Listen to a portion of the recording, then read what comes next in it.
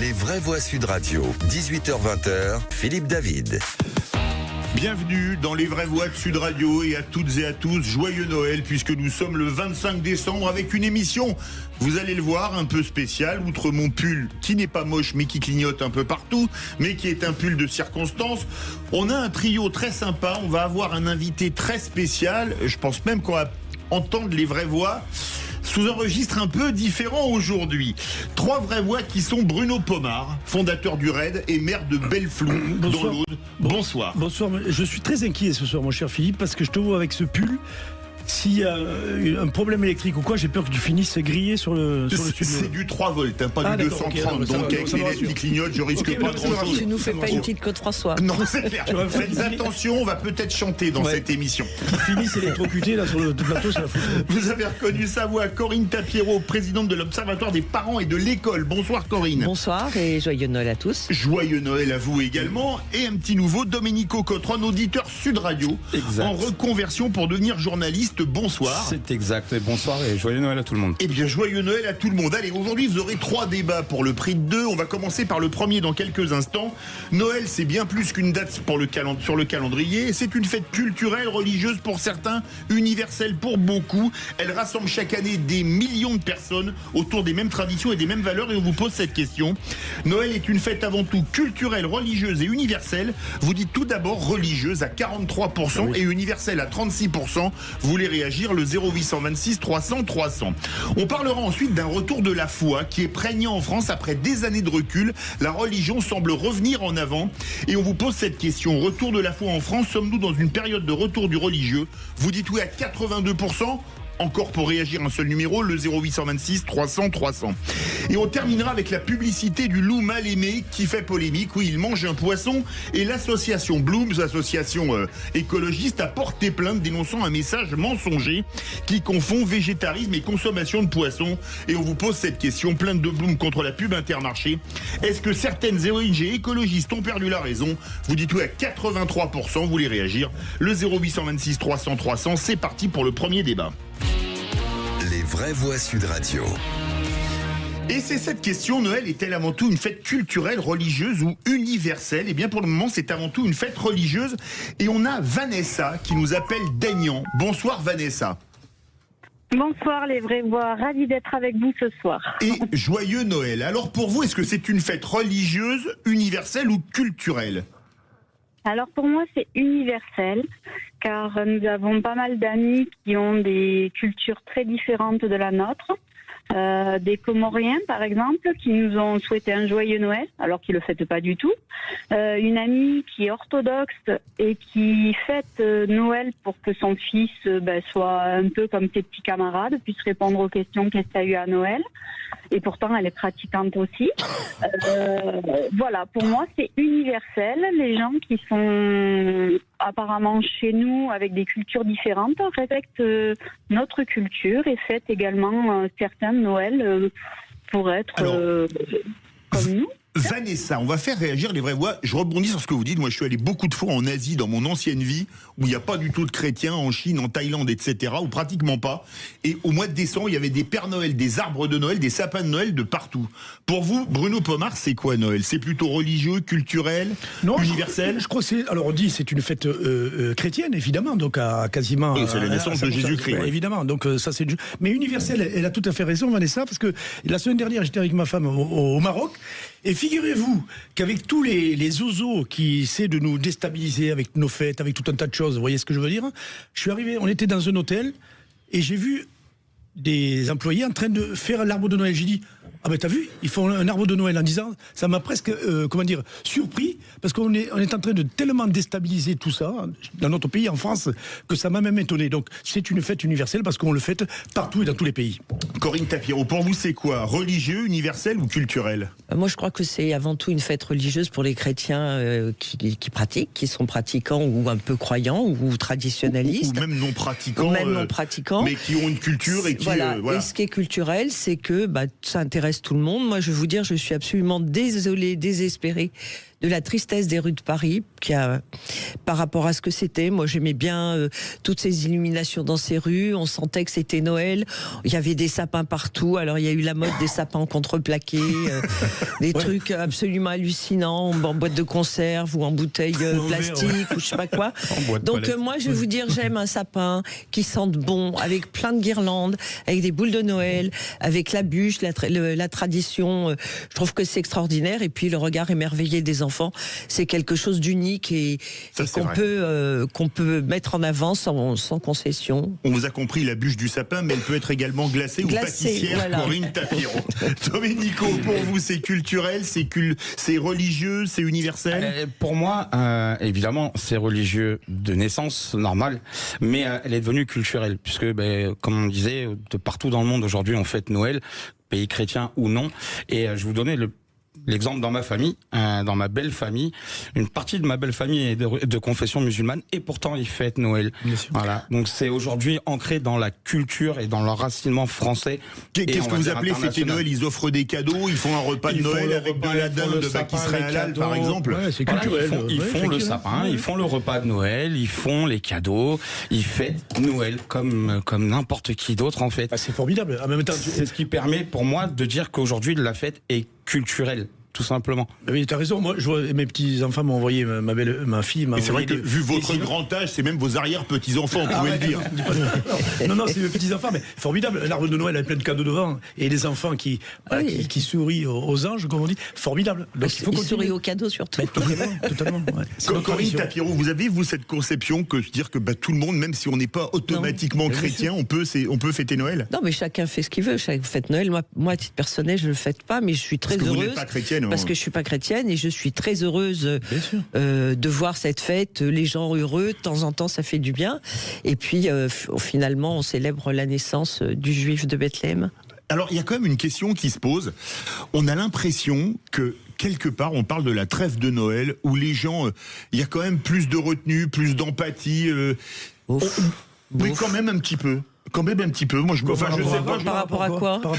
Eh ben, je sais pas. Moi, j'ai croisé les voisins qui vous disent joyeux Noël comme ça, alors que d'habitude ils vous disent un petit bonjour distant, joyeux Noël. Vous faites le réveillon ici. Vous le faites. Non, c'est toute la médiatisation qu'il y a autour de ce joyeux Noël, joyeuse fête. Oui, c'est ça. Parce que ceux qui osent pas dire. mais joyeuse fête ou joyeux hiver, ou je sais pas quoi. Enfin, des trucs à la con. Oui, les fêtes d'hiver, par exemple. Mais et je pense que les gens veulent marquer le coup et disent plus facilement joyeux Noël. Pour rebondir à ce que disait Corinne tout à l'heure, pour moi, il n'y a pas besoin forcément d'être chrétien pour fêter Noël.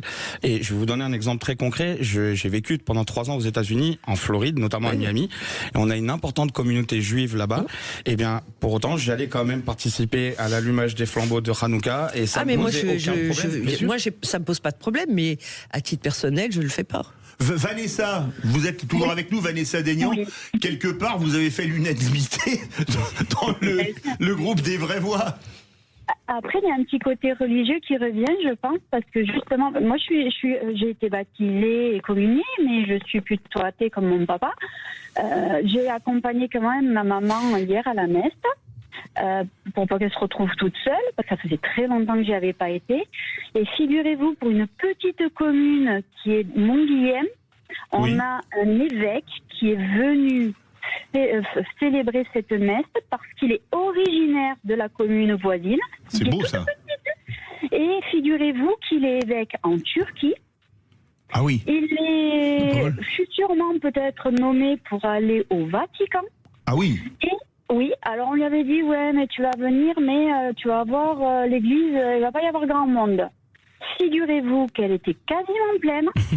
Magnifique, oui. Excellent. Et donc, je lui ai dit, je vais pour le féliciter pour sa... Éventuellement, il attend une confirmation. Nomination au Vatican, oui. Voilà, tout à fait. Il lui fait, voilà, un objectif qui aboutit. Il me dit, c'était pas ça mon objectif. Mon objectif que j'ai atteint, c'était être là avec vous ce soir. Beau. Ah bah c'est très très bon, on vous applaudit, vous saluerez votre évêque qui va peut-être aller au Vatican, peut-être un futur pape d'ailleurs, pourquoi pas, auquel cas on vous donnera mon numéro de téléphone parce que j'aimerais bien être le premier à l'interviewer. L'actuel est d'origine française, il s'appelle Prévost, pourquoi pas à nouveau un Français. Oui. Et je tiens à dire, je le remercie parce que je travaille dans l'agriculture et il a prié pour nos vaches. Eh bien écoutez, c'est magnifique et on soutient nos agriculteurs sur Sud Radio. Merci Vanessa Daignan, on vous souhaite encore un joyeux Noël. Tout de suite le second débat. Retour de la foi en France, sommes-nous dans une période de retour du religieux? Vous dites oui à 82% et on va avoir avec nous dans quelques instants Frédéric Hermel, journaliste et auteur de C'est ça la foi, publié chez Fayard. Restez bien avec nous sur Sud Radio. Vraie Voix Sud Radio, 18h-20h, Philippe David. Retour des vraies voix avec évidemment un trio de choc. Aujourd'hui un trio de Noël, on va dire ça comme ça. Voilà. Nous sommes avec le fondateur du RAID quand même, hein, c'est la classe, n'est-ce pas Bruno Pomar? Oui. On a avec nous Merci. Corinne Tapiero et Domenico Cotrone. C'est notre deuxième débat autour de Noël. Est-ce qu'il y a un retour du religieux en France? C'est une période de retour du religieux. Vous dites oui à 82%. Il y avait beaucoup de monde, c'est ce que disait Vanessa dans le premier débat, hier à la messe de minuit. Alors elle était dans le sud de la France. Et nous sommes en compagnie de Frédéric Hermel, journaliste et auteur d'un très beau livre, C'est ça la foi, publié chez Fayard. Frédéric Hermel, bonsoir. Bonsoir Philippe, bonsoir tout le monde. Un salut spécial à mon pote Bruno Pomar que je salue et joyeux Noël à tout le monde parce qu'il faut le dire. J'allais vous dire joyeux Noël. Joyeux Noël, même si vous avez de drôles de relations avec Bruno Pomar, mais cela n'engage que moi. Alors votre livre s'appelle C'est ça la foi. Je vous pose la question. La foi c'est quoi? Sujet de philo, vous avez 4 heures. Eh ben, je vais essayer de le faire en 1 minute. Pour moi, la foi, c'est 2 choses. C'est déjà une rencontre. La foi, c'est la rencontre avec Dieu. Alors moi, j'ai eu la tristesse, la douleur de perdre mon père à l'âge de 13 ans, d'entrer dans une phase de dépression absolue, de résultats scolaires catastrophiques alors que j'étais un très bon élève. Et à l'âge de 14 ans, j'ai vu la main de Dieu une nuit venir me sauver, me sortir du trou dans lequel j'étais enfoui. Et cette rencontre avec Dieu m'a permis de reprendre le cours de la vie et d'avoir une vie plutôt heureuse. Donc aujourd'hui j'ai 55 ans, ça s'est passé il y a un peu plus de 40 ans, ouais, il y a 41 ans. Donc la rencontre avec Dieu, c'est déjà la foi. La foi, c'est déjà la rencontre avec Dieu. Alors elle peut être physique, évidente comme dans mon cas, ou pour la plupart des gens, à travers un sentiment, à travers le fait de se sentir chrétien, de savoir que Dieu existe et de communiquer avec lui à travers la prière. Et l'autre, la foi, c'est aussi assumer son identité chrétienne en tant que Français. Voilà, pour moi, c'est ces 2 choses. Nous sommes le fruit aussi d'un contexte et d'une histoire. Ce pays, cette nation est née d'un baptême, celui de Clovis. Ça tombe bien, c'était un 25 décembre. Oui. Il y a 1500 ans. 496, voilà. Je crois. Il y a un peu plus de 1500 ans. Oui. Et on est, c'est assumer cela. Donc c'est une rencontre avec Dieu et c'est aussi être un enfant d'un pays qui est profondément chrétien. Retour du religieux, Bruno Pomar. Ouais, Frédéric, ce qui veut dire, c'est que rencontrer la foi ou Dieu, c'est nécessairement avoir vécu quelque chose de difficile, comme tu as vécu une tragédie, ou bien est-ce qu'on peut la rencontrer, la foi et Dieu, de façon tout à fait normale, je dirais? Alors oui, tout à fait. D'ailleurs, moi, aujourd'hui, je prie plus pour remercier Dieu que quand ça ne va pas. C'est-à-dire c'est surtout dans la joie et le bonheur que je sens la présence de Dieu. Donc oui, et heureusement, des gens très heureux qui n'ont pas connu de grands drames. Ouais. Bon, après, j'en connais pas beaucoup. Hein. Je pense qu'on a tous eu des drames et des blessures dans la vie. Hein. On a tous nos valises, comme on dit. Voilà. Donc je pense que oui. Et c'est difficile de critiquer quelqu'un, par exemple, qui a une foi, on va dire, légère, ou une autre personne qui a une foi très lourde ou très forte. Il y a des gens qui n'expriment pas beaucoup leur foi, et d'autres qui, comme moi, font des livres pour parler de leur foi. Tout est respectable, en fait. Certains ont le foie très lourd en ce lendemain de réveillon. La foi, on ne sait pas. Domenico, c'est votre cas? Alors, non, ça va. Pour l'instant, il va bien. Et je parle de mon foie. Mais après, pour répondre à ce que disait Fred, c'est vrai que pour moi, je le vois plus comme surtout un refuge identitaire.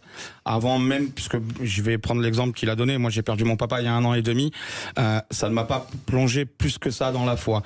Par contre, pour moi aujourd'hui c'est réellement un refuge identitaire pour affirmer le fait que je sois français, le fait que mon pays est de tradition et d'origine chrétienne, et pour moi c'est surtout ça en fait qui plonge de plus en plus de Français, je pense, à se replier sur la foi.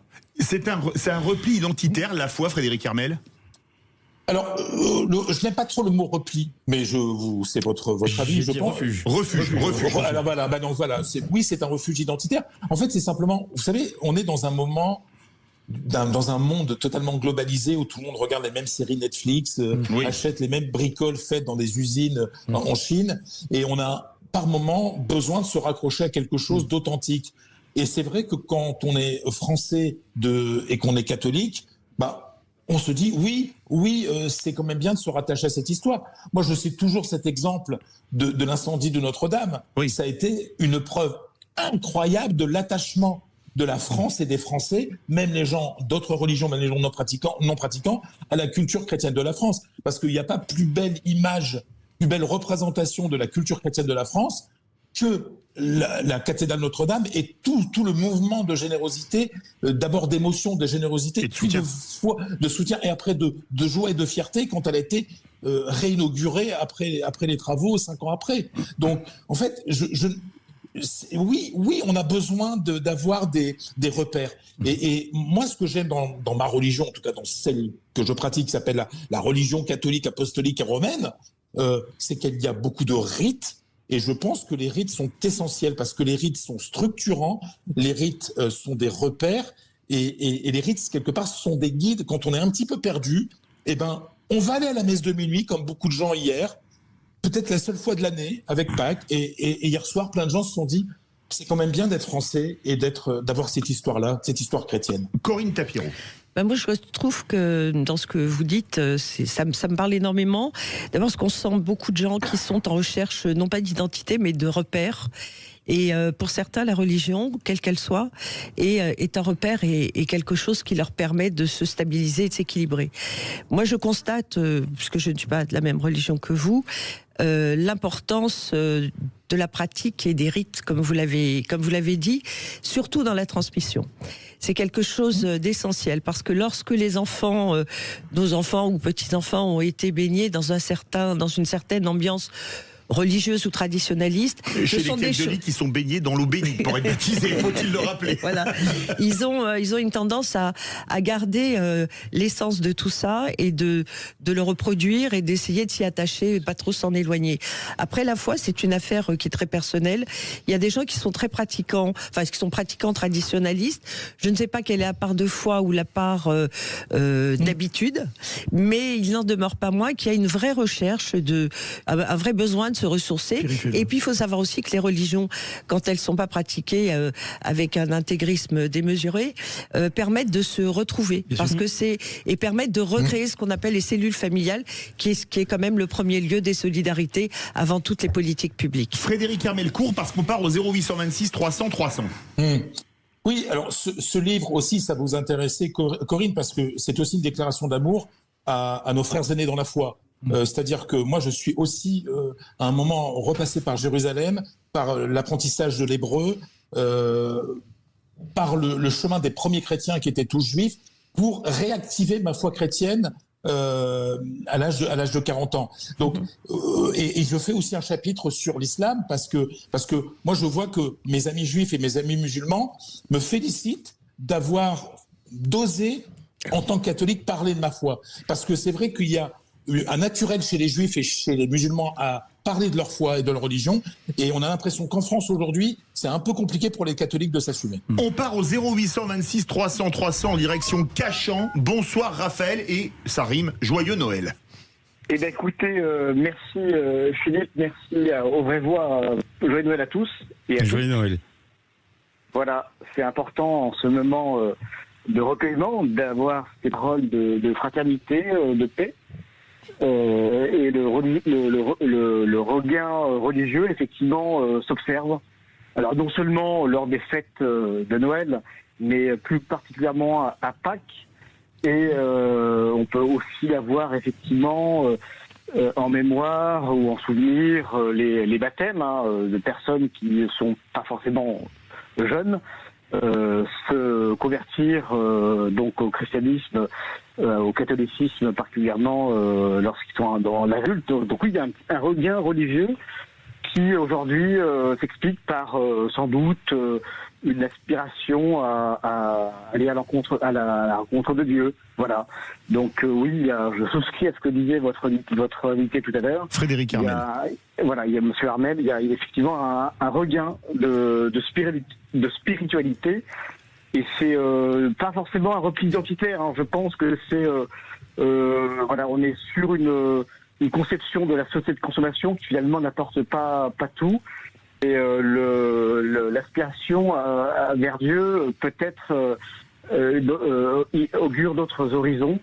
Et c'est bien plus simple d'aller entre guillemets au centre commercial du coin que d'aller à l'église, à la synagogue ou à la mosquée ou au temple, etc. Exactement. Voilà. Je pense qu'il y a un vrai besoin humain de se tourner vers des valeurs un petit peu plus immatérielles, spirituelles, plutôt que de consommer tout venant. Voilà, un mot très Merci Raphaël de Cachan. Un mot très court et la conclusion à Frédéric Armel. Oui, juste une question à Frédéric. Ta réaction, toi qui écoutes évidemment les médias compte tenu de ton métier de journaliste, ta réaction par rapport au fait que certains ont voulu masquer Noël à tout prix? Et réaction également à ce que disait Raphaël, Frédéric Armel, en 1 minute, des TTC. Alors, pour répondre à Raphaël, oui, il y a un besoin de spiritualité. Ça, c'est clair. Le XXe siècle a été très matérialiste. Le XXIe siècle, contrairement à ce qu'on croit, va être très spirituel et l'est de plus en plus. Concernant les gens dans les médias ou les associations qui se battent contre les crèches, etc., en fait, je pense sincèrement qu'ils aident les chrétiens de ce pays. Parce qu'en fait, ils créent un sursaut. Oui. Même les gens qui ne pratiquent pas leur religion, qui ne revendiquent pas leur religion catholique, ça les énerve tellement d'être attaqués que ça réveille quelque chose en eux. Absolument. Merci beaucoup et encore Joyeux Noël à Frédéric Armel, auteur d'un très beau livre. C'est ça la foi, publié chez Fayard, et un livre qui met parfois la larme à l'œil, je tiens à le dire, parce qu'il a raconté une partie de son vécu et c'est vraiment des moments très très forts. Oui Corinne, très court, 10 secondes, 5 secondes. Non mais ce que je voulais quand même le remercier d'abord parce que c'est assez rare de vouloir parler de sa foi dans un pays où la religion catholique a été ringardisée depuis 40 ans. Hein. C'est tout à fait vrai. Merci à vous Frédéric et encore Joyeux Noël et bravo pour cet excellent ouvrage. Allez, tout de suite, c'est un ministre un peu spécial qu'on va avoir dans Les Vraies Voix. Les Vraies Voix Sud Radio. Oh, oh, oh, oh, oh. Et nous prenons la direction de la Grande Combe. Bonsoir Pierre. Bonsoir Pierre. Oui, vous m'entendez? Oui, alors d'habitude on vous appelle Monsieur le Ministre, mais comme aujourd'hui c'est le jour de Noël, on a choisi d'avoir le Père Noël. Et imaginez que vous êtes le Père Noël. Qu'est-ce que vous feriez aujourd'hui? Qu'est-ce que vous mettriez dans votre hotte? Eh bien, dans ma hotte, je pense, comme tout bon catholique, chrétien, religieux, en tout cas comme croyant qui a la foi, je dirais il faut d'abord donner aux pauvres, aux plus nécessiteux, et à ceux qui sont le plus dans la détresse et le plus urgent. Donc, il me semblerait naturel que tout le monde se rende compte que la première chose dont ont besoin les pauvres gens, c'est d'abord de l'argent. Voilà. Donc, c'est grâce à l'argent qu'ils peuvent parfois s'en sortir. J'ai connu beaucoup la misère dans ma vie, j'ai eu aussi beaucoup d'argent, là je suis dans une situation confortable. Mais, vous savez, l'argent c'est comme l'oxygène. Quand on en a, on ne s'en rend pas compte. Oui. Par contre, quand on en a plus, on est mal. Mais quand on en a trop, ça choute. Oui, mais quand on en a plus, là, on est mal. Vous voyez? Donc, on vit, on respire tous les jours, mais si on manquait d'air demain, on serait très mal. Et bien, l'argent, c'est pareil. Les gens qui en ont et qui en ont toujours eu ne se rendent pas compte de ce que c'est que de ne pas avoir le peu d'argent qui nous permettrait de surmonter une situation. Donc, dans ma hotte, ce que je mettrais, ce sont des sommes raisonnables et convenable pour des personnes pour le fils qui ne peut pas passer son permis, dont on n'a pas l'argent, pour qui n'a pas de voiture, qui ne peut pas trouver du travail, pour le loyer impayé, et le deuxième combat qui va nous mettre dans une situation de détresse et qui commence à créer, si vous voulez, une spirale de la pauvreté, de la dureté de la vie et de la société. Être le Père Noël, c'est mettre dans sa hotte un peu d'argent pour les pauvres, pour les aider à s'en sortir, pas simplement pour mettre un pansement sur une jambe de bois, voyez-vous, je ne sais pas si vous voyez la nuance. Ah ben on connaît, oui, mais ça me rappelle le catéchisme, désolé, parce que j'ai même été enfant de cœur, le triptyque de la religion catholique, la foi, l'espérance, la charité. On peut pas voir les photos. Je vous en montrerai, oui. Là, c'est très beau ce que dit notre ami Pierre de la Grande Combe, non? Oui, absolument. Alors en même temps, penser aux autres et penser à nos compatriotes qui ont besoin, on peut le faire aussi tout au long de l'année. C'est pas que le 25 décembre. Pour se justifier de faire un bon acte. Donc, mais oui, pourquoi pas, on partage ce que dit le Père Noël. Moi je suis d'accord, c'est vrai qu'on a tendance à penser aux pauvres et aux déshérités qu'au moment des fêtes de Noël, mais je pense que c'est pas le seul repas qui leur manque. C'est clair. Et ce qui manque, moi si j'étais le Père Noël, je ferais en sorte qu'il n'y ait plus de gens dans la rue. Oh, ça c'est parce beau. que ça c'est terrible. Déjà dit, hein. Non, mais moi si. Pas le Père Noël. C'est plutôt Grinch, lui. C'est ce que j'allais dire. Allez, merci beaucoup Pierre de la Grande Combe. Merci Monsieur le Père Noël. On vous souhaite un joyeux Noël. Tout de suite le tour de table de l'actualité. Votre tour de table, Bruno Pomar. Sur quel sujet Bon, je vais vous le donner. Air France qui n'ose pas prononcer le mot Noël. Excusez-moi, mon cher Philippe. Oui, merci. Qu'aurait-il votre tour de table Moi, c'est sur le MeToo école. Et vous, Domenico? Moi, ça va être sur les excès de vitesse au-delà de 50 km/h.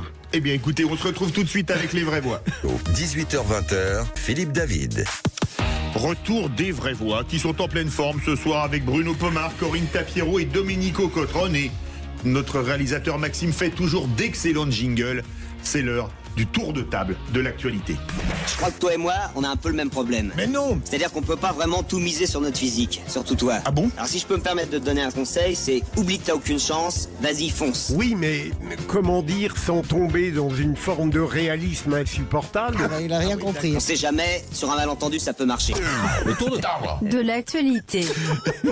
Et on embrasse tous les auditeurs de Sud Radio qui sont sur les pistes de ski des Pyrénées, des Alpes ou du Massif central et qui à cette heure-là nous écoutent peut-être en dégustant un vin chaud. Allez, galanterie oblige, on va commencer avec vous, Corinne Tapiero. Votre tour de table, c'est sur MeToo École. Alors oui, j'ai voulu revenir sur ce sujet extrêmement important et choquant qui se passe depuis un certain nombre d'années à la ville de Paris.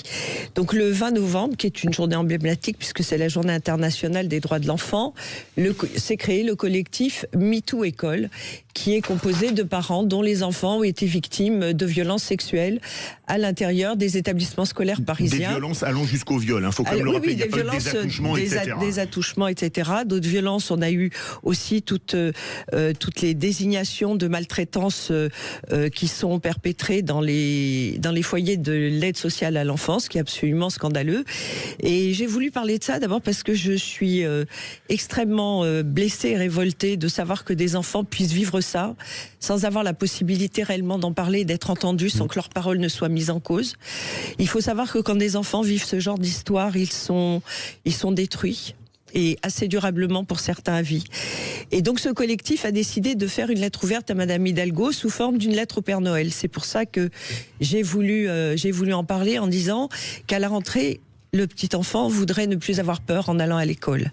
Et ça, j'ai trouvé ça assez bouleversant. Et ce collectif attend des réponses fortes de la mairie de Paris. Alors les réponses, elles sont absolument, comme d'habitude, à la hauteur du problème. C'est-à-dire que le premier adjoint en charge de l'enfance a considéré que, il y avait des cas, mais que somme toute, c'était dans la moyenne nationale. Donc ça fait toujours plaisir de savoir que son enfant n'est qu'une statistique quand il a vécu un drame pareil. Ensuite de quoi, la maire de Paris a eu une idée de génie. Elle a créé un nouveau poste. Ça s'appelle Défenseur des droits de l'enfant auprès de la ville de Paris, qu'elle a confié à Madame Versini, qui va démissionner de ses fonctions de conseiller de Paris et d'adjointe. Alors je cite le titre parce que elle était adjointe chargée des droits de l'enfant et de la protection de l'enfance. Alors moi je considère que cette personne n'aurait jamais dû obtenir ce poste, ni être désignée sur ce poste, parce qu'elle a failli dans la protection des enfants parisiens, des écoles parisiennes, parce que les cas concernent aussi des enfants de 3 ans. Donc il faut savoir aussi que dans la folie de la mairie de Paris de vouloir mettre en place un aménagement des rythmes scolaires, ils ont dû embaucher massivement beaucoup d'animateurs vacataires, c'est-à-dire qu'ils ont été créateurs d'emplois précaires avec des horaires délirants et très peu payés, sans jamais se donner les moyens d'un recrutement et d'une formation de qualité. Donc moi je pense que la ville est coupable sur toute la ligne, elle a absolument aucune excuse, et je pense que Madame Hidalgo ferait bien de supprimer ce poste nouvellement créé pour son amie Madame Versini. Est-ce que c'est la fin d'une omerta qu'il y a eu pendant des années, alors à Paris et ailleurs bien évidemment, On a parlé de Bétharane par exemple. Je vais répondre à Corinne. Toutes les actions évidemment qui vont dans ce sens, on peut que les louer, je dirais. Mais hashtag MeToo enfant, non, pas enfant, école. On envoie des lettres, etc. C'est bien, ça part de bons sentiments. Moi c'est du concret ce qui m'intéresse. Et il y a du concret là-dessus. même si la mairie de Paris l'a pas fait, dans les écoles. Oui. Et j'ai un ami qui a eu beaucoup de mal d'ailleurs à le mettre en place, c'est les Papillons, l'association de mon ami Laurent Boyer, qui est capitaine de police, qui a été lui-même, je peux le dire parce qu'il le dit il a été violé par son propre frère. C'est un capitaine de police qui fait un travail formidable, et dans les écoles ils mettent des petites boîtes. Mais l'éducation nationale, où les enfants peuvent mettre des mots, mais l'éducation nationale a eu un mal terrible pour imposer ça. Oui. C'est là où il y a une omerta totale. Je pense que ça, c'est du concret. Les papillons, ça, c'est vraiment du concret. Dominique, on n'a pas une enquête sur justement les personnels qui sont recrutés et qui sont avec nos enfants. Je vais vous prendre l'exemple des États-Unis que je connais. Les faits de violences sexuelles ou d'agressions sexuelles sont publics. C'est-à-dire que même moi, je sais si mon voisin est inscrit à ce fichier-là ou non. Oui, c'est les pays anglo-saxons, l'Angleterre aussi. Je comprends pas qu'en France, on a des métiers qui touchent à nos enfants. Et ces gens-là, on n'a aucune enquête on a sur eux. découvert récemment dans une école du 12e qu'un animateur qui est décédé depuis avait sur son ordinateur des milliers d'images pédophiles. C'est inadmissible. Pédopornographiques. Enfin, c'est absolument insensé. Et je pense qu'on doit une sécurité à nos enfants quand ils rentrent à l'école. Ils doivent rentrer joyeux et en sortir dans le même état. Bien sûr. Même s'ils n'ont pas de bons résultats, c'est pas très grave. Enfin, c'est embêtant, mais c'est moins grave. C'est moins grave. On va passer à votre sujet, Bruno Pomar sur Air France. Oui, un véritable sujet. Je l'ai vu ce matin. Air France ne souhaite pas joyeux Noël, joyeuses fêtes. Et il faut savoir qu'Emirates a peint très un grosse avion, compagnie du Golfe Persique, a peint un avion aux couleurs de Noël. Donc vous voyez le contraste. C'est aberrant. Ces grandes compagnies, Air France, une grande compagnie française, comment on peut en arriver là? C'est pour surtout pas, indisposer entre guillemets certaines de nos compatriotes. Excusez-moi, Excusez-moi, si Emirates peint un avion aux couleurs de Noël. Dans les Émirats, il y a beaucoup moins de chrétiens qu'en France, en proportion de la population, c'est infinitésimal. Donc là, c'est qu'on a, vous me passez des pudeurs de gazelle. Oui, on est dans un pays de dingue, surtout. Oui, c'est le wokisme, et on se cache derrière des théories, parce que c'est la charte RSE de l'entreprise. Dans le même temps, et ça me fait mal de le dire parce que je suis supporter parisien, on a le club du PSG qui nous a fait aussi un joyeuse fête, et pourtant, il n'y a pas longtemps, qui nous a fait un beau truc avec la fête de l'Aïd, par exemple. Mais qui le dit ouvertement. C'est pas normal. Bonne fête de l'Aïd aux musulmans, pas de souci, mais qui aujourd'hui ne dit pas joyeux Noël, dit juste bonne fête. Oui, ça c'est un peu. C'est gênant. Bizarre. Voilà. C'est quoi, c'est un club de foot le PSG? Je crois qu'on va pas être copains. Comme ça fait envie de dire. Dominique, votre tour de table, c'est sur une loi qui risque de passer. Attention pour les chauffards. Alors, c'est une loi qui va être applicable puisqu'elle est passée le 29 décembre. Elle va être applicable dès le 29 décembre sur justement les excès de vitesse de plus de 50 km/h. Donc, les copains de Bruno pourront aujourd'hui dire que c'est plus une contravention de 5e catégorie, mais ça devient un délit. Donc, on peut risquer jusqu'à 3 mois de prison, jusqu'à 3 750 € d'amende, plus la suspension du permis, la saisie du véhicule, etc. Mais ce qu'il y a de bien en Macronie, on va dire, c'est que le triptyque républicain a changé. C'est plus liberté, égalité, fraternité, c'est en même temps.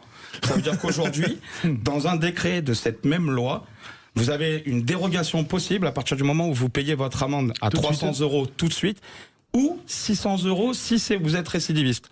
Ça veut dire qu'une fois que vous êtes arrêté à plus de 50 km/h, on vous dit attention, vous risquez la prison. Non, vous avez 300 €, on les prend.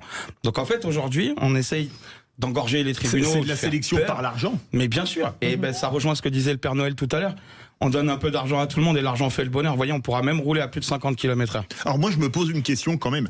Quelqu'un qui roule à 100 à l'heure en ville, j'estime qu'il doit pouvoir aller en prison parce que rouler à 100 à l'heure en ville, c'est criminel. Absolument. Par contre, c'est ce que va permettre la loi. Par contre, celui qui roule, je défends pas du tout l'histoire, sur une autoroute déserte à 3 h du matin à 181 km/h avec une grosse voiture. Je pense avec moi. Non mais Philippe, je pense que c'est beaucoup moins grave que celui qui roule ne serait-ce qu'à 80 dans une ville, dans des petites rues. Je pense que c'est... Qu'est-ce que vous en pensez Ça, c'est le résultat. On écoute des associations, tout un tas de gens. C'est le même coup avec Édouard Philippe, avec les 80 et 90 km. Oui, absolument. C'est exactement pareil. Il y a des unuberlus qui vont voir dans les cabinets ces personnalités qui disent... Moi, je veux dire, je suis pour en ville où le type qui roule à 140 au lieu de 90 sur une deux voies. Alors là, j'ai aucun problème là-dessus. Pas du même temps. On sanctionne, oui ou non, et de façon très dure. C'est comme la CAM. On va monter les trucs à 500 €. Ok. Non, mais ce qu'il y a d'hallucinant, c'est que en plus du en même temps, c'est que on regarde pas ce qui se passe à côté. Parce que quand on pond une loi comme ça et qu'on va mettre en prison des gens, je pense qu'il y en a quand même un certain nombre. On n'a déjà pas de place dans les prisons. Donc je pense que c'est très très bien réfléchi, comme tout ce qu'on nous propose jusqu'à aujourd'hui. C'est quand même extraordinaire. Complètement. Non, mais l'autre jour, j'ai fait un coup de gueule. Un type qui s'est fait choper à l'entrée du périph' de Toulouse, au lieu de 90 à 252 km/h. Ah ouais, quand même. Il avait une Golf R a priori, donc hyper puissante. 250. C'est vos collègues qui l'ont chopé entre l'arrivée de la 64. On va y aller dans quelques minutes d'ailleurs pour aller sur un barrage. Et ils l'ont chopé à 252 km/h. Désolé, quelqu'un qui roule à 252 au lieu de 80. C'est toujours pareil, Philippe. Si je peux me permettre, je vais donner une petite anecdote. Je me suis fait moi-même flasher il y a très longtemps à 210 km/h au lieu de 110. J'étais sur l'autoroute, il était 1h30 du matin. On aurait dû te piquer la voiture. Ouais, c'était la voiture de mon patron, donc à la limite. Mais comme j'ai dit, quand je suis arrivé au tribunal, j'étais seul sur l'autoroute. La juge m'a dit, non, mais il y a des limites aussi. La juge m'a dit, vous n'étiez pas seul, il y avait les gendarmes, effectivement. Mais je veux dire, il y avait personne, j'ai gêné personne, j'ai créé aucun accident. Et vous avez jamais récidivé? Mais non, mais j'avais une voiture qui était prévue pour ça, c'est-à-dire que je roulais dans une grosse berline allemande qui avait avec des freins qui correspondent à un moteur qui correspond. Il se trouve des justifications. Non, je dis simplement que si on fait des voitures qui sont capables de répondre à cette vitesse-là... Mais bientôt on va rouler en calèche avec des chevaux, alors c'est peut-être plus de soucis. Ça me dérange pas, j'adore les chevaux en même temps. Mais en tout cas... On va ouvrir des relais. En tout cas, je pense que c'est une loi qui va changer pas mal de choses, parce que moi, je regrettais dans ce coup de gueule qu'il n'y ait pas plus de bleu sur les routes. Ça va faire plaisir à Bruno Pomar, parce que je vois régulièrement des types qui vous sautent 3 fils sans mettre le clignotant à grande vitesse, qui ne respectent rien, et eux, on ne les arrête jamais. Et justement, je préférerais qu'il y ait du bleu pour les courser, plutôt que des bandits manchots qui flashent le type qui roule à 5 à l'heure trop vite. Et parce que parfois, je veux dire, les radars chantiers sont planqués de manière très vicieuse, et je sais de quoi je parle. Allez, je ne raconterai pas ma vie en direct à l'antenne. On a retenu que tu roulais à 180 Tout de suite, on va partir justement sur l'A64. On va retrouver Jérôme Bail, qu'on connaît bien, éleveur bovin et chef du fil des ultras de l'A64. Il va nous parler de la situation sur le barrage de Carbone et surtout de la messe de minuit qui a eu lieu hier avec les agriculteurs sur l'autoroute. Restez bien avec nous, on les vraies voix. Avec Bruno Pomar, Corinne Tapiero, Domenico Cotrone, et c'est l'heure de l'info en plus. Les vraies voix Sud Radio. Bonsoir Majid de Imat. Bonsoir Philippe, bonsoir tout le monde. Un réveillon de Noël pas comme les autres pour les agriculteurs des ultras de la 64 au barrage de Carbone. Alors je rappelle que Carbone, c'est une trentaine de kilomètres au sud de Toulouse en allant vers les Hautes-Pyrénées. Et oui Philippe, imaginez 600 personnes réunies sur une autoroute pour fêter Noël, pas dans une église ni dans une salle, mais sur le bitume entre barrières et bottes de paille. Eh bien c'est ce qu'ont fait les agriculteurs des ultras de l'A64, mobilisés depuis le 12 décembre contre la politique gouvernementale sur la dermatose bovine, autour d'un repas avec huîtres, dindes et foie gras. Agriculteurs et familles et enfants, et même 2 prêtres étaient là pour partager ce moment. Une messe a été organisée sous un chapiteau installé avec un autel improvisé sur des bottes de paille. Pour en parler, nous accueillons Jérôme Bail, éleveur et leader des ultras de l'A64 qui était présent hier. Bonsoir Jérôme et bienvenue sur Sud Radio. Bonsoir Jérôme. Bonsoir. Une messe de Noël sur une autoroute, j'imagine que c'est une première pour vous? Ouais, c'est une première. Alors c'est anecdotique, mais c'est quand même triste parce que ça veut dire que les agriculteurs ont encore une fois délaissé leur famille pour se battre pour cet État, réfléchissent un peu plus sur une politique agricole. Comment ça s'est passé cette messe? C'est les prêtres qui vous ont sollicité? Alors on a vu les images, c'était sous une tente. Comment ça s'est passé? Parce que la scène est assez surréaliste. Mais comment ça s'est passé? C'était il y a 3-4 jours quand j'avais annoncé dans une interview qu'on était prêt à passer Noël là. Mais il y a des prêtres qui sont venus nous amener, des villages à côté qui sont venus nous amener le soutien. Et ils nous ont dit, on reste à votre dispo. Si vous voulez qu'on vienne célébrer la messe, on viendra. Domenico, allez-y, Jérôme. On enregistre tout, nous, donc on prend toute proposition qui sont bonnes à prendre. Et je pense que ça a été bien vu et quand on les a appelés, ils ont répondu de suite présent. Du coup, on remercie aussi les collectivités qui nous ont prêté un chapiteau qui fait plus de 40 mètres de long sur 10 mètres de large. Les chaises, le truc, un peu tout. On a installé un hôtel, on a fabriqué un hôtel Voilà, on fait preuve d'idées, de grandes idées, mais voilà, on réalise des rêves après. Domenico. Bonjour Jérôme, et avant tout, un joyeux Noël à vous. Il y a tous les agriculteurs. Il y a tous les agriculteurs, bien sûr. Alors, moi, je ne vais pas avoir de questions particulières, Jérôme. Je vais juste avoir un message personnel et je pense qu'il va être partagé par une grande partie des Français. Peu importe ce que vous entendez quand on vous dit de faire des trêves de Noël, des trêves de fin d'année, je pense que la majorité des Français seront d'accord avec les actions que vous faites et on espère que vous aurez gain de cause et que le blocage durera encore jusqu'à temps que vous ayez gain de cause. Est-ce que vous pensez qu'il y a justement, comme le demande Domenico, mais j'extrapole par une question, avoir gain de cause sur le Mercosur ou la signature elle est inéluctable pour vous? Surtout. Sur le Mercosur, surtout. Je pense que sur le Mercosur, on nous balade. On sait très bien qu'il se signera au fond de nous, mais on se bat. Tant qu'il y a un peu d'espoir, on se bat. Après, la problématique de l'agriculture française, c'est pas. Il n'y a pas que le Mercosur, c'est pas la finalité.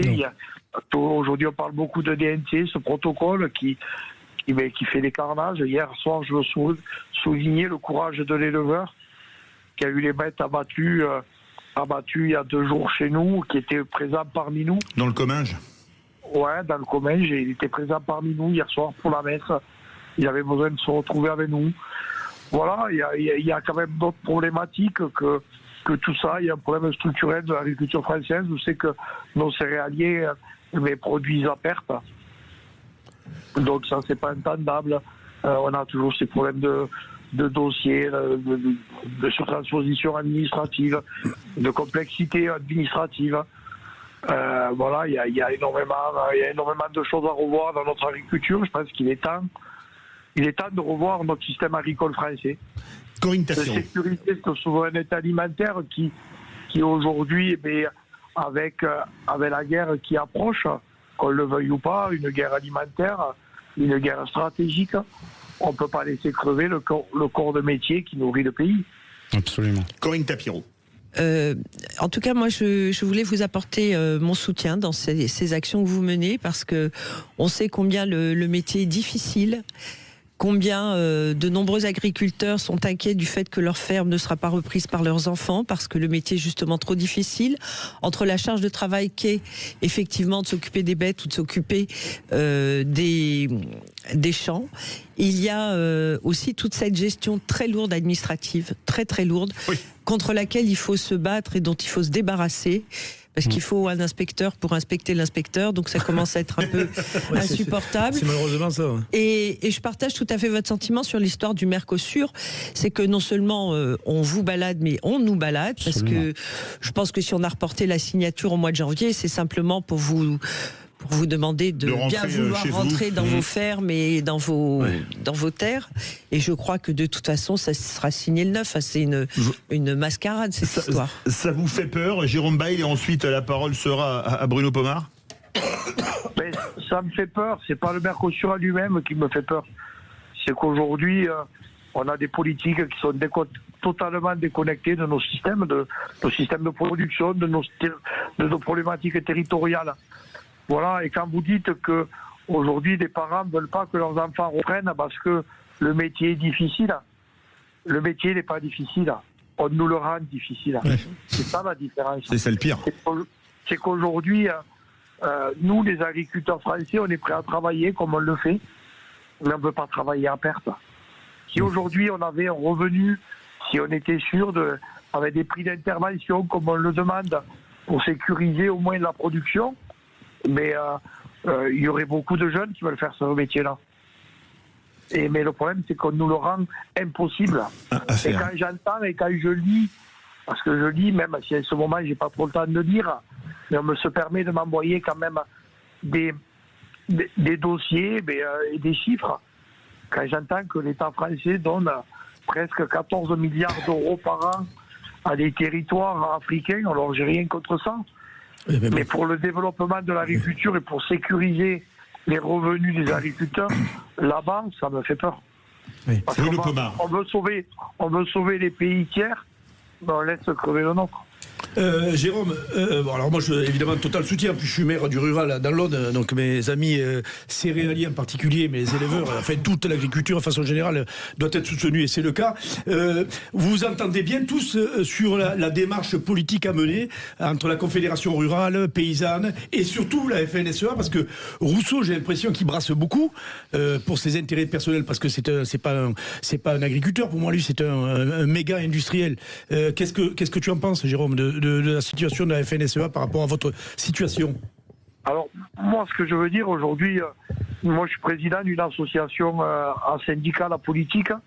Nous, on est un groupe d'agriculteurs, un groupe de potes qui avaient monté cette force-là, on va dire, puisqu'on a quand même récupéré la Chambre d'agriculture aux dernières élections face aux grands syndicats nationaux. Mais il faut se dire que les agriculteurs syndiqués en France, c'est que 30%, même pas. Vous n'êtes pas tous d'accord entre vous? Vous n'êtes pas tous d'accord entre vous, visiblement. Il n'est pas dans ces gens-là. Je pense que c'est les agriculteurs en eux-mêmes qui doivent le prendre. Et aujourd'hui, non, il n'y a pas de fraternité, il n'y a pas de solidarité entre tous les syndicats. Moi, j'avais prévu l'an dernier, c'était alors avec un peu ce rôle de porte-parole des agriculteurs non syndiqués que certains ont voulu me donner. Moi, j'avais pas appelé les présidents des syndicats nationaux pour discuter avec eux. On ne sera pas d'accord puisque nous n'avons pas tous les mêmes idées de la vision de l'agriculture, mais moi j'avais proposé qu'on se voie à Cournon d'Auvergne pour le sommet de l'élevage, où c'est qu'on faisait 20 propositions chacun à mettre sur la table. Donc il y avait les agriculteurs, il y avait la FNSEA, les JA, la Confédération paysanne, la coordination rurale, il y a le MEDEF aussi, et nous les agriculteurs non syndiqués. On mettait 20 revendications chacun, on faisait le point et on trouvait les 10, 15 ou les 12 ou les 15 revendications qu'on avait en commun et on partait tous au combat ensemble. Merci beaucoup. Mais malheureusement, il n'y a pas eu d'accord. Merci beaucoup, Jérôme Bail, éleveur bovin et chef de file des Ultras de la 64. On vous souhaite un joyeux Noël et on pense très fort à vous. On vous embrasse, vous les agriculteurs, et on se retrouve. On vous suivra bien évidemment votre mouvement très régulièrement sur Sud Radio. Dans quelques instants, on parle de la gestion de patrimoine avec Thomas Binet et ensuite les vraies voix vont parler, mais elles vont même chanter. Restez bien avec nous sur Sud Radio. Les vraies voix Sud Radio, 18h-20h, Philippe David. Retour des vraies voix avec Bruno Pomar. Bonsoir Bruno. Merci. Un enthousiasme débordant. Bruno le chanteur. Corinne Tapiro, il est en train de se chauffer la voix. Et Domenico Cotrone, tout va bien? Parfait. Joyeux Noël à nouveau à toutes et à tous. Alors ce soir, pas de coup de gueule comme c'est Noël. On a voulu mettre un beau moment. Vous avez entendu sa voix, c'est Billy Obam, chanteur, compositeur, enfin qui fait plein de choses. Et il a sorti une chanson qui passe sur toutes les chaînes musicales notamment, qui s'appelle Super Noël. On écoute un extrait. On va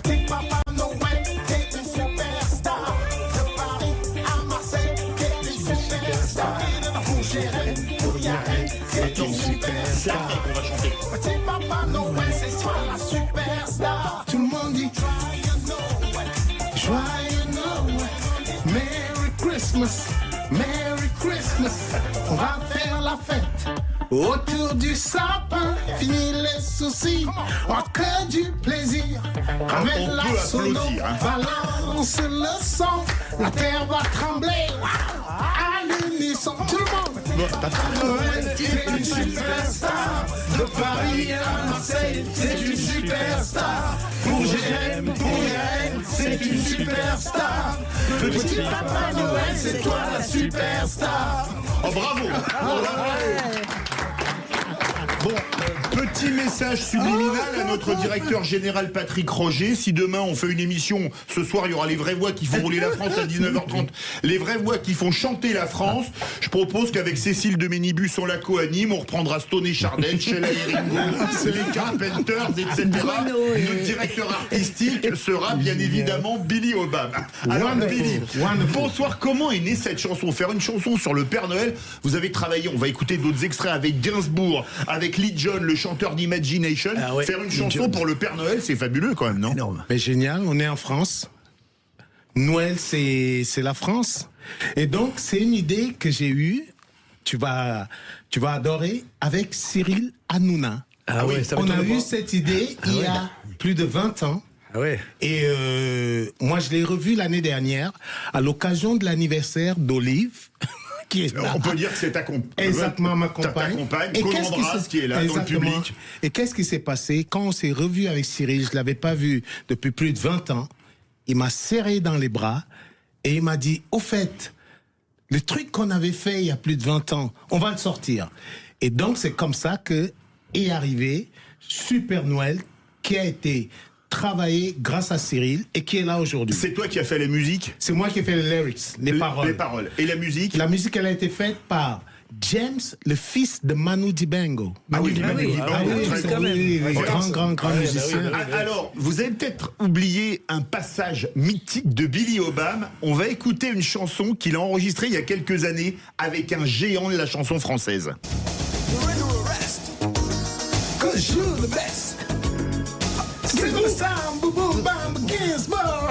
C'est bon. C'était toi, Billy, avec Serge Gainsbourg. Énorme. Alors, vous avez un beau cadeau de Noël, Billy Obama, qui était avec Serge Gainsbourg. J'ai eu beaucoup de chance. Qu'est-ce qui nous manque, Serge? Ah oui. Bah, j'ai eu la chance de l'accompagner sur le titre You and the Rest, qui avait été enregistré au départ à New York avec Curtis King. Et comme il fallait faire toute la promotion en France, ben, j'ai été à Gainsbourg pendant 5 ans et ça a été 5 ans merveilleux de ma vie. Et je le remercie tous les jours de m'avoir permis de me faire connaître. Et aujourd'hui, tu sais, mon ami Philippe, plus de 20 ans après, on me reconnaît encore. À cause de ce clip. Grâce à... C'est toi qui danse et qui chante et qui lui met un col cobra sur la tête. Vous avez des questions, les vraies voix, Billy? Et vraiment, fait rêver, moi, j'adore. Et vraiment, mon ami, parce que c'est mon ami Philippe, je voudrais te remercier de me recevoir dans ton émission ici. Et je suis heureux, c'est la première fois que je viens à Sud Radio. Ah ben on a une chanson de musique, on va en parler à Yvan Cujus qui fait le pluie. Vous avez des questions, les vraies voix? Quel groupe? Parce qu'après on va chanter, chauffez-vous la voix, je vous préviens. Tu préfères Imagination, Cool and the Gun, Earth, Wind and Fire? Je les aime tous. C'est difficile à choisir. Je les aime tous. Ça, c'est excusez-moi, c'est le côté macroniste, ça s'appelle le en même temps. No way. Forget about it. No way. Mais les chanteurs noirs américains, c'est la base même de toute la musique. Le rap et tout ça à côté, c'est de la rigolade. Mais c'est fabuleux. Moi, j'ai la chance que mon père chantait dans les églises aux États-Unis. Et c'est comme ça que m'est venue cette voix. Et j'ai la chance d'être vraiment un habitant de la terre parce que j'ai ma maman qui est du Cameroun et mon père est d'origine américaine. Et donc, moi, j'ai grandi avec Armstrong, avec Ray Charles, avec justement Marvin Gaye, la Motown. Et puis Lee John. C'est l'un de mes meilleurs amis. Ah ouais. Le chanteur d'Imagination, tiens, on écoute un extrait. C'est énorme. Et la voix.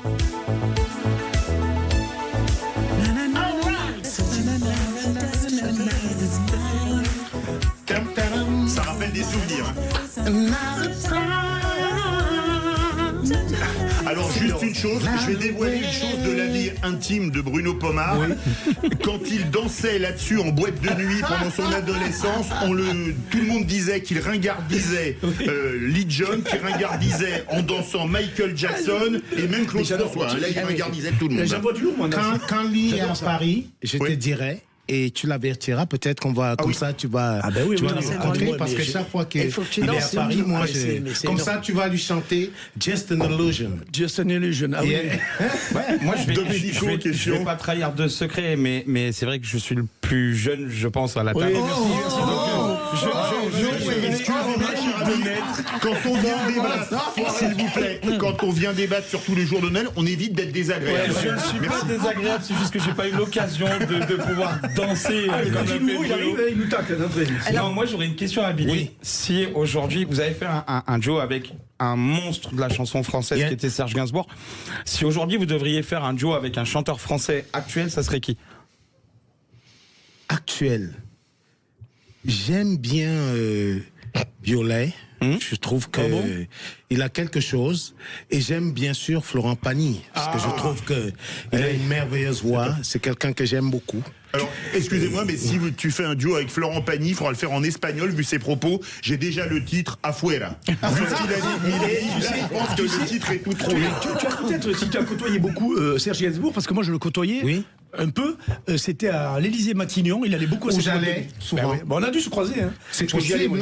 J'étais flic à ce moment-là, parce que le soir il le récupérait. Tu m'as pas arrêté Non, mais le soir il ramenait Gainsbourg. Non, parlez pas des soirées, vous mettez les menottes, s'il vous plaît. Il ramenait Gainsbourg chez lui. Tout à fait. Et ben ça m'est arrivé à plusieurs reprises avec Serge. Vous avez dû vous croiser. Et moi, excuse-moi, ce dont il est en train de parler, j'ai juste une petite anecdote. Gainsbourg qui ne conduisait pas.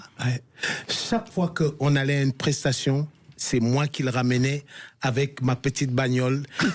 Et imagine les gens dans mon auto Bianchi avec Gainsbourg. C'était extraordinaire.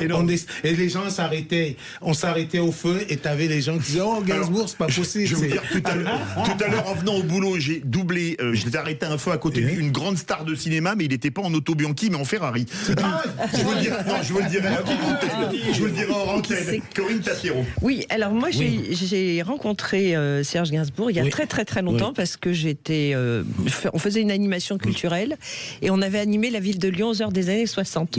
Donc on avait retrouvé toutes les vedettes des Yéyés, Billy Bridge, Nancy Holloway, etc. Elle était venue chanter et c'était assez marrant. On avait fait un radio crochet et se sont produits des tas de groupes qui sont devenus connus comme Téléphone, etc. Et il y a quelque temps, mon fils m'a invité à aller visiter la maison de Gainsbourg. Alors ça, j'ai trouvé ça... Rue de Verneuil. Rue de Verneuil, incroyable. Fantastique. Parce que moi, j'arrêtais pas de lui dire. Il y avait un canapé rouge et il arrive, il me dit, tu m'as raconté des bobards. Il y avait des photos, je dis, mais regarde, il était rouge avant le canapé, avant d'être noir. Quelle est la voix féminine avec laquelle vous aimeriez chanter? La voix féminine avec laquelle j'aimerais... En française ou... Comme tu veux. Comme tu veux. En France, j'aimais beaucoup Patricia Cass. Très belle voix. Je trouve qu'elle a quelque chose. Très belle tessiture. Et sinon, dans les Américains, j'aurais adoré chanter avec Aretha Franklin. Ça aurait été merveilleux. Ou Billie Holiday, ou des gens comme ça. Mais you better think. Think about think about what you try to do to me. Il est bon. Think. Il est bon. Tu sais que quand on est ensemble, de temps en temps, on chante. Et ils se débrouillent très, très, très bien. Mais surtout, il y a une chose vraie. Il connaît la bonne musique. Ah, mais j'adore un motin. Il connaît la musique. Mais alors, Corinne, vous avez parlé de Radio Crochet. Moi, je pense qu'il faut qu'on répète à nouveau, avec Billy Obam, les paroles de Super Noël. Super Noël. Vous êtes prêts, Maxime? Et Maxime, toi qui as un micro, notre réalisateur, nous espérons entendre ton organe. Oh mon Dieu. Dans le micro de Sud Radio. Vous êtes prêts, les vraies voix? Vous avez les paroles sous les yeux? Allez, c'est parti. Papa Noël est une superstar. De Paris à Marseille, c'est une superstar. Pour Gilles, pour Yael, c'est une superstar. Petit Papa Noël, c'est toi la superstar. Tout le monde dit Joyeux Noël, Joyeux Noël. Tout le monde dit Merry Christmas, Merry Christmas. Joyeux Noël, Joyeux Noël. Tout le monde dit Merry Christmas, Merry Christmas. C'est merveilleux. Merci beaucoup, Billy Obam. C'est moi qui te remercie. Et je voudrais dire que le clip vidéo est sur YouTube. Absolument. Il faut vraiment aller le regarder parce que c'est très sympa. C'est la fête. C'est vraiment top. Et bien sûr, la chanson en téléchargement légal dans toutes les plateformes. Vraiment, merci beaucoup. C'est un super moment. J'espère qu'on va remettre ça bientôt. À la fin de l'émission, tu fais le verdict pour qui est embauché comme choriste. Absolument. Je sais déjà. Merci beaucoup. C'est bon. J'ai compris, je suis pistonné. Merci beaucoup. Allez, tout de suite, on va passer au dernier des vraies voix, des débats des vraies voix. Plainte de Blum contre la pub Intermarché. On ne peut plus rien dire. Le loup, tiens, avec Claude François, le mal-aimé, qui mange un poisson, eh bien, ça pose problème à une ONG écologiste. Est-ce que vous pensez que certaines ONG écologistes ont perdu la raison? Eh bien, pour le moment, sur Twitter, le moins qu'on puisse dire est que vous ne faites pas dans la dentelle, puisque vous dites oui à 94%. Vous voulez réagir? Le 0826 300 300.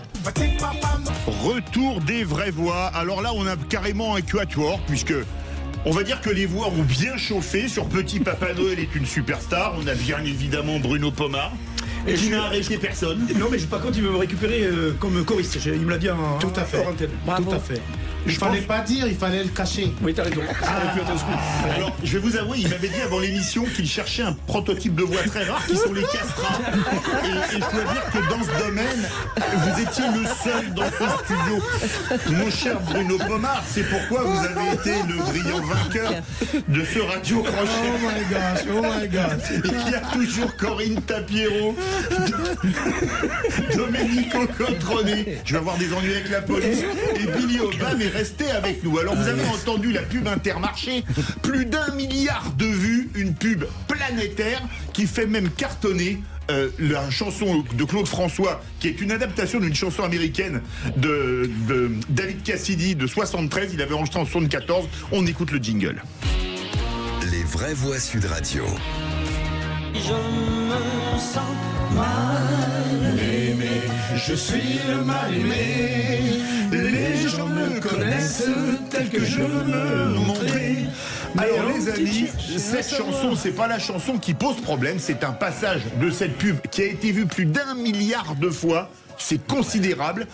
Et il y a, alors tout le monde a dit tout et n'importe quoi sur cette pub, mais il y a une image qui montre le loup avec un poisson. Alors désolé, mais un loup qui mange un poisson, j'en ai pas vu souvent dans ma vie. Enfin, sauf si c'est un poisson qui s'appelle le loup, qui mange un autre poisson, mais là c'est pas le poisson le loup.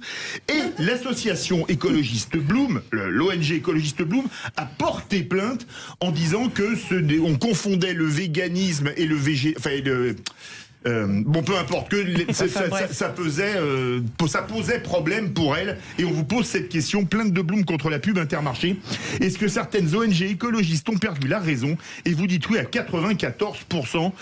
Bruno Pomar, qu'est-ce que vous en pensez? Maintenant, j'ai l'impression que tout est sujet à polémique. Ben oui, mais c'est surtout que ces ONG, ces associations même dérivent, se radicalisent totalement et n'acceptent plus rien. C'est ça le problème de notre société. Et Bloom, qui est là, soi-disant, pour dévouer à l'océan, enfin, ça fait que nourrir, parce qu'il doit être financé par des boîtes privées, ça doit faire nourrir tout un tas de personnes qui se ruent sur la moindre pub, et entre autres celle-là, puisqu'elle a fait un carton, comme tu as dit, 1 milliard de vues. Plus d'1 milliard, mais c'est considérable. Sur 7 milliards d'années.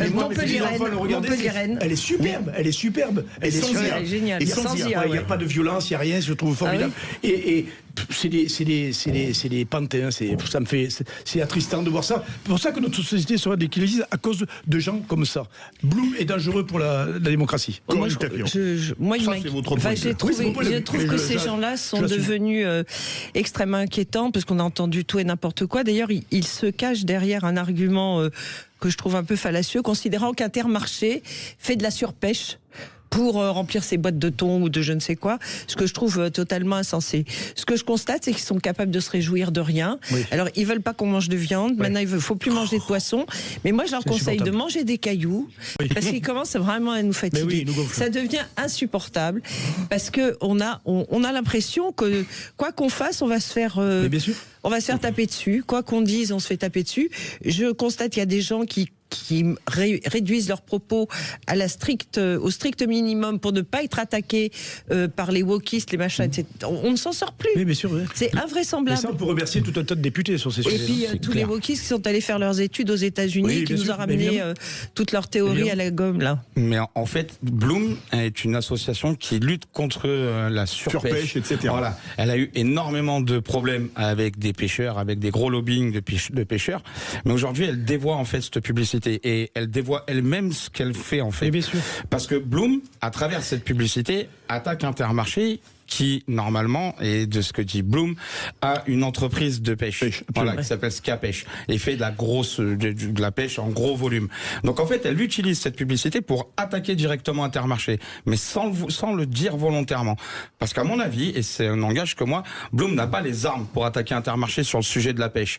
Du coup, elle va chercher le petit caillou qu'il y a dans la chaussure d'Intermarché avec cette pub-là. Tu veux réagir, Billy Obama? On peut plus faire de quoi que ce soit sans qu'il y ait une polémique. C'est dommage.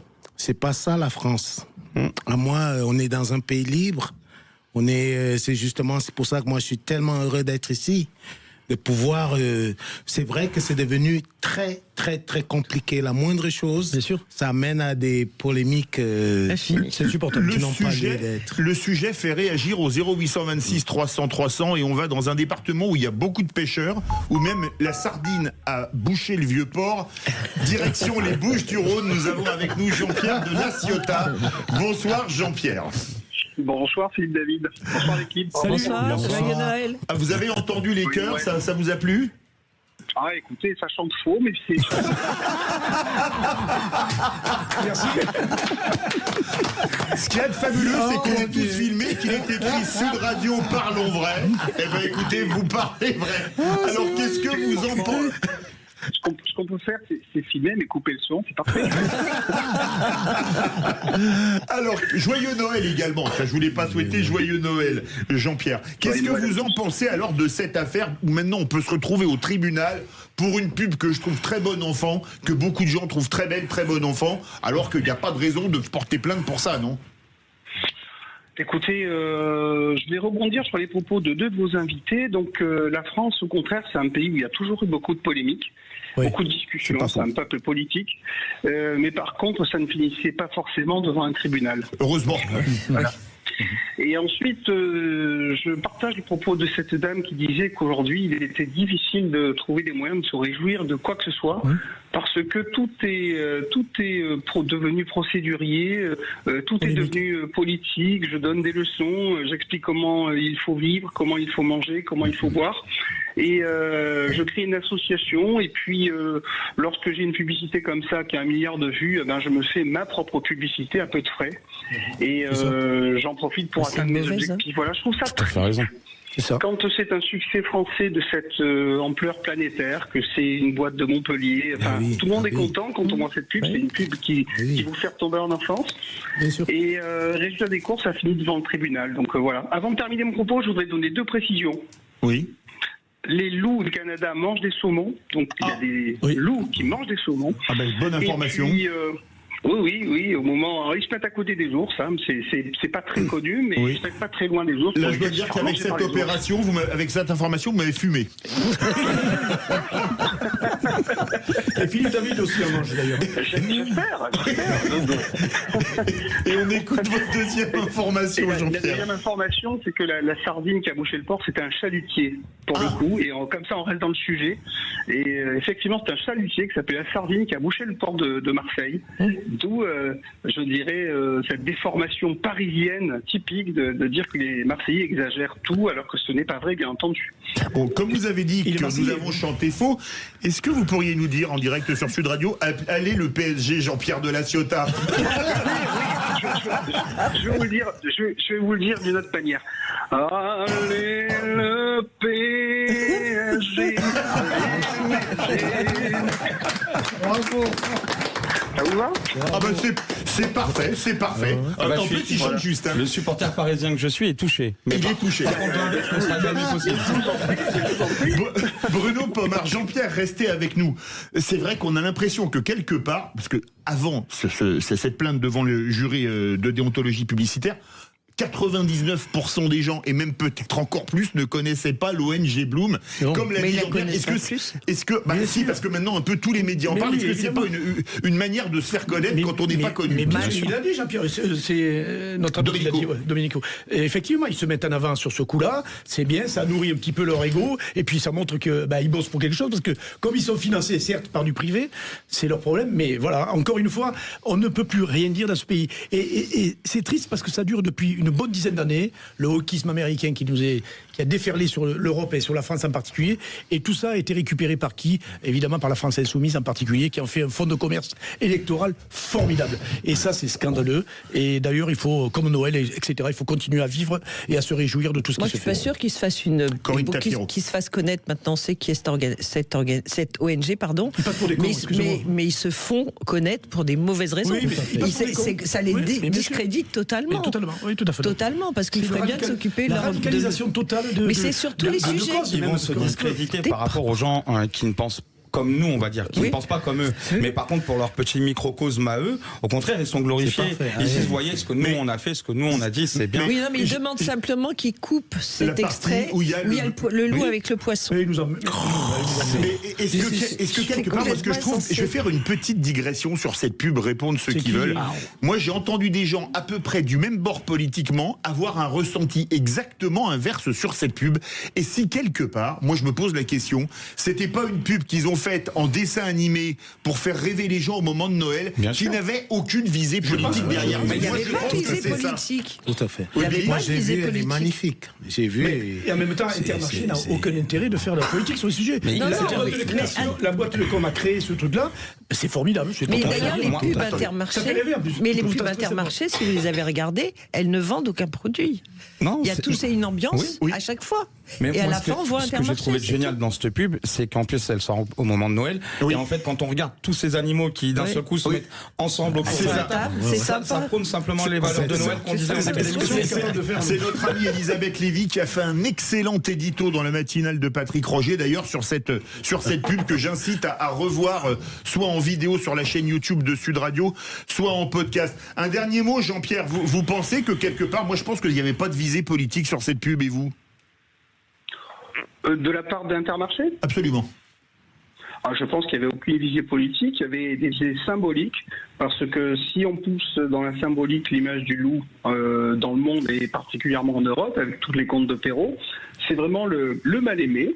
Effectivement, c'est la bête féroce et qui arrive à donc montrer une certaine donc entre guillemets humanité pour un soir de fête, pour être aimé un petit peu lui aussi. Et je trouve que c'est un message de Noël qui est formidable parce que finalement il est accepté. Donc il fait un petit effort de son côté, puis il est accepté par les autres.